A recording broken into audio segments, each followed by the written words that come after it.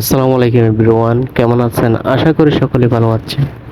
আজকে আমি রান্না করব মসুর ডাল দিয়ে কিভাবে লাউ রান্না করতে হয়, তাহলে আপনাদের সেটা দেখাবো।